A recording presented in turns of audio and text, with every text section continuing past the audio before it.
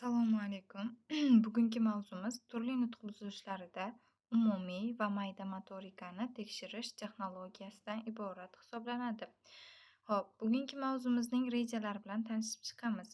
Bugungi mavzumiz 3 ta rejadan iborat. Birinchisi umumiy, ya'ni makromotor motorikani tekshirish, ikkinchisi esa mayda, ya'ni mikromotor motorikani tekshirish hamda uchinchisi olingan natijalarni umumlashtirish va xulosa berishdan iborat hisoblanadi. Xo'p, tekshiruvga tayyorgarlik jarayoni quyidagilarni o'z ichiga olishini ko'rishimiz mumkin. Ya'ni birinchisi hujjatlarni o'rganish. Ya'ni birinchi o'rinda biz o'sha bolalarni hujjatlarini o'rganib chiqishimiz kerak bo'ladi. Ya'ni bolaning tibbiy kartasi, ya'ni perinatologiya, nevrologiya ma'lumotlari, rivojlanish tarixi o'rganiladi. Ota-onadan homiladorlik va tug'ruqdan qanday kechganligi, bolaning ilk motor, ya'ni o'tirishi, emaklashi, yurishi ko'nikmalari qachon shakllanganligi, qanchalik erta yoki kech o'zlashtirganligi haqida ma'lumotlar yig'ib olinadi. Masalan, ba'zi bolalarning o'sha o'tirishi, emaklashi va yurishi har xil davrlarda kechadi.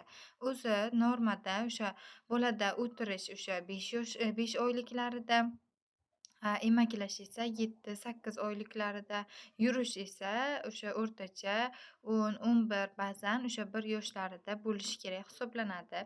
Dastlabki kuzatuvlar bola xonaga kirishi bilanoq uning yurishi, qaddi-qomati, muvozanati, harakatlanishdagi erkinligi yoki qiyinchiliklar, masalan, qisilishi yoki noqulay harakatlar kuzatiladi.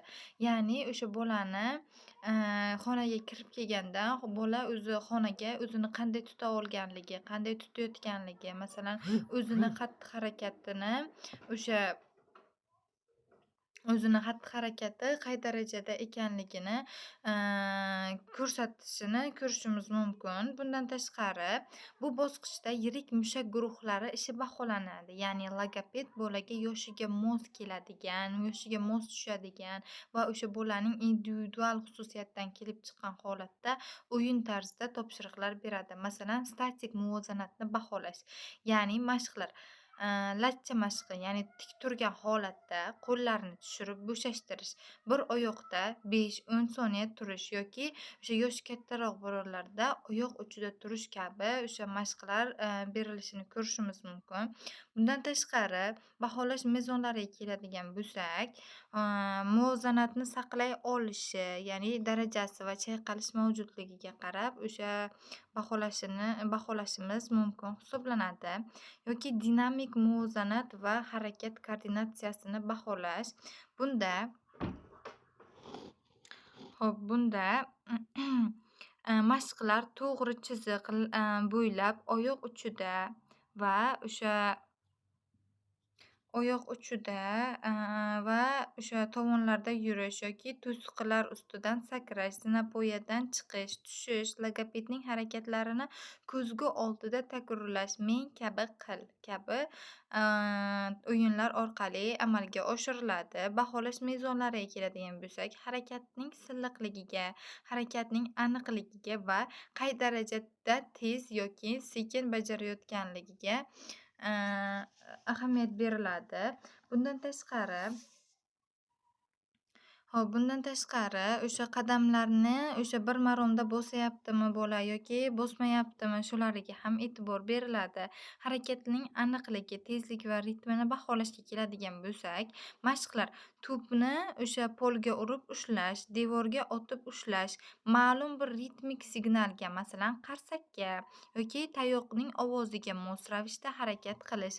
Masalan, 1-2 qadam tashlab, 3 ta qarsak chalish ham o'sha ritmni baholashga misol bo'la oladi. Baholash mezonlari, ritm tuyg'usi, berilgan ko'rsatmaga aniq amal qilish qobiliyati tekshiriladi.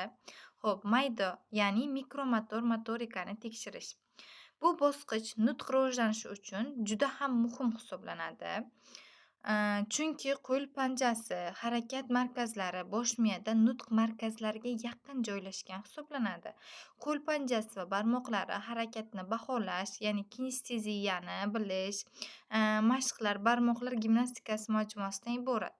Bundan tashqari barmoqlar oilasi, ya'ni har bir barmoqni navbat bilan o'sha bo'sh barmoqqa tekkizish, mashqi amalga oshiriladi.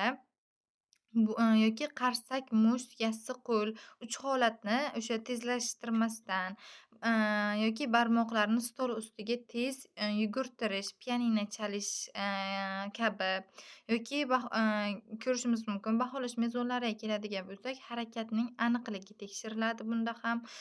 O'sha o'yinlar olib borish orqali harakatning aniqligi, sinxronligi, ya'ni ikkala qo'lda bir xil bajaryaptimi yoki ikkala qo'lda o'sha har xil chiqyaptimi yoki tezlik, sinkineziya, ya'ni bir qo'l harakat qilganda ikkinchi qo'lning beixtiyor harakatlanishi mavjudmi yoki mavjud emasligi o'sha tekshirib o'tiladi.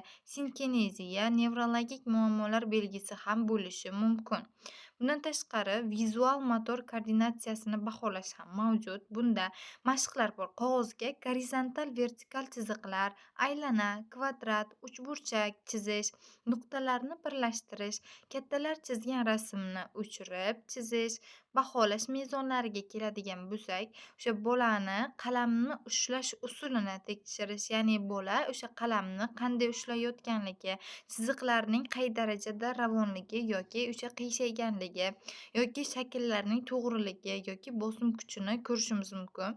Kundalik amaliy ko'nikmalar, ya'ni praksislarni ham tekshirish mavjud. Mayda narsalar, masalan, guruch, loviya, marvarid bilan ishlash, tugmalarni qadash, yechish, bog'ich bog'lash, qog'ozni esa o'sha qirqish, baholash mezonlari esa o'sha qay darajada bola o'sha epchillik qilayotganligi, va o'sha diqqatni bir joyga, masalan, tugmalarni qadayotganda diqqatni, o'sha bir joyga jamlash qobiliyati, topshiriqlarni mustaqil bajarish tezligi tekshiriladi.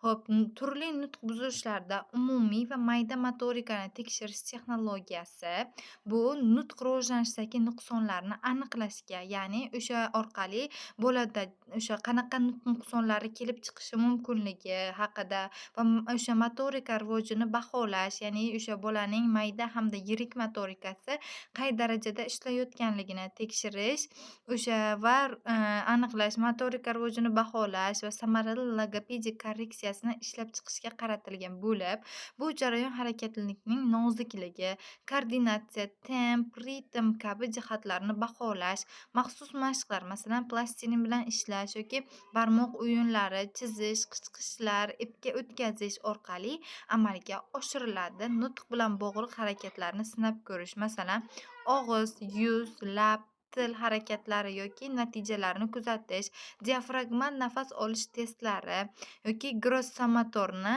baholash, ya'ni yurish, yugurish, sakrash kabi usullarni o'z ichiga olishini ko'rishimiz mumkin.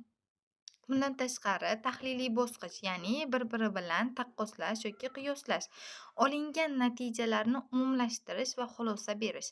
Tekshiruv yakunida logoped barcha ma'lumotlarni tahlil qiladi. Ya'ni o'sha ota-onasi bilan bola kelganda, u bilan suhbat olib borganda, o'sha bolada kechgan har bir bosqichni, ya'ni o'sha perinatal davrni, natal davrni va nataldan keyingi davrni va o'sha xonaga kirib kelganda bolani o'zini qanday tutganligini va o'sha mashg'ulotlar davomida bola qay darajada o'sha mashqlarni bajara olganligini, o'zini qanday his qilganligini o'sha yig'ib hammasi haqida xulosa beriladi. Ya'ni tekshiruv yakunida logoped barcha ma'lumotlarni tahlil qiladi. Nutq buzilishlarini turli, masalan, o'sha dizartrik bolalarda, alalik bolalarda va boshqalarda motorika holati bilan qanchalik bog'liq ekanini aniqlanadi. Qaysi motorika turi, masalan, umumiy motorikami, yo mayda motorikami, yo artikulatsiyasi bilan bog'liq bo'lgan motorikami ko'proq zarar ko'rgani belgilanadi. Xulosa asosida o'sha nevropatologga yo'naltirilma berilish yoki logopedik korreksiya rejasi tuziladi. Chunki o'sha ma'lum bir kasalliklar bor, ular albatta o'sha nevropatolog bilan birgalikda hamkorlikda ishlashi zarur hisoblanadi. O'sha hamkorlikda ishlashning foydalari esa o'sha tezroq natijaga erishish mumkin, ya'ni bolalar bilan o'sha tezroq korreksiya ishlarini olib borish mumkin hisoblanadi. Bundan tashqari o'sha korreksiya ishlari ham O'sha har bir bolaning individual holatidan kelib chiqqan holatda o'sha individual dastur, reja tuziladi. Ya'ni o'sha har bir bolaga, o'sha yoshidan, individual xususiyatidan kelib chiqqan holatda kuniga necha marta mashg'ulot o'tilishi, qanaqa mashg'ulotlar o'tilishi va u mashg'ulotlar shu necha daqiqadan o'tilishi yoki o'sha frontal mashg'ulotlar o'tilishi yoki individual mashg'ulotlar o'tilishi haqida reja va dastur tuzib olinishini ko'rishimiz mumkin. Qaysi motorika turini, bundan tashqari o'sha motorikasi bilan bog'liq holatlarni ham o'rganish mumkin.